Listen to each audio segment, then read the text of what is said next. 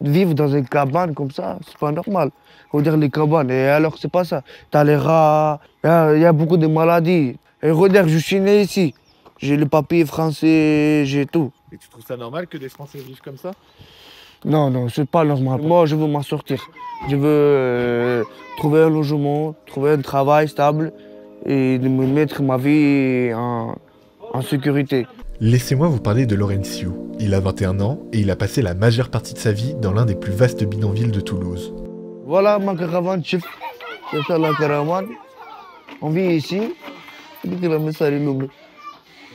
combien dedans? À 3 personnes. Voilà, ici c'est la maison, ici c'est la cuisine, un petit peu. C'est ça, va, à un moment donné, on peut s'en sortir un petit à petit.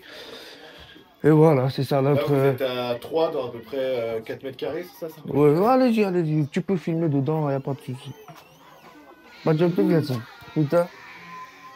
Comment tu gagnes ta vie, toi? Comment je gagne ma vie à faire la mange. Tu vois, là, aujourd'hui, j'ai pas à manger, j'ai rien du tout. Autour de moi, personne ne me donne. J'ai pas de travail. J'ai fait 20 euros, 30 euros. J'achète un peu à manger, un peu les couches. Et tout le jour comme ça. Faire un peu la mange, gagner un peu la journée, on prend un peu à manger, le lendemain, pareil.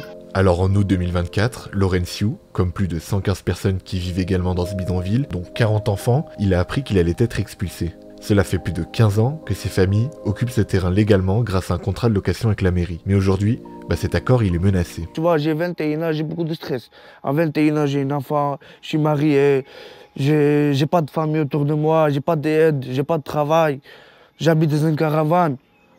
J'ai grandi seul. Concrètement, ce qui inquiète Laurențiu et les autres personnes qui vivent dans ce camp, ce n'est pas l'expulsion. Les habitants de cet endroit, ils souhaitent en réalité quitter les lieux et avoir une meilleure situation. Ils réclament une solution d'hébergement alternative et pouvoir mieux être accompagnés dans leur dossier administratif pour faire une demande d'aide. La plupart des familles travaillent, la plupart des familles ont un revenu, la plupart des familles ont des droits verts. En fait, il manque juste le maillon d'accompagnement social qui ferait qu'il y a des demandes de logement qui pourraient être faites, qui pourraient être obtenues et ainsi sortir du bidonville. Mais là, il n'y a pas d'eau potable, par exemple, il n'y a pas de sanitaire digne de ce nom.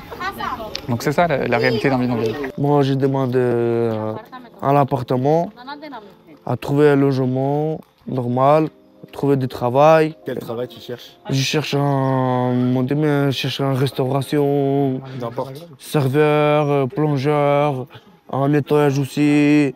Vu qu'ils n'ont pas d'appartement, Laurențiu et les différentes familles préfèrent vivre dans ce bidonville plutôt que d'être à la rue. Ils ont lancé une pétition pour demander une solution d'urgence à la mairie. Contactée par des associations, la mairie a avoué que plusieurs familles ont déjà été relogées et n'ont pas payé leur loyer. Elle évoque aussi plusieurs contraintes budgétaires qui l'empêchent de pouvoir proposer une solution immédiate de relogement.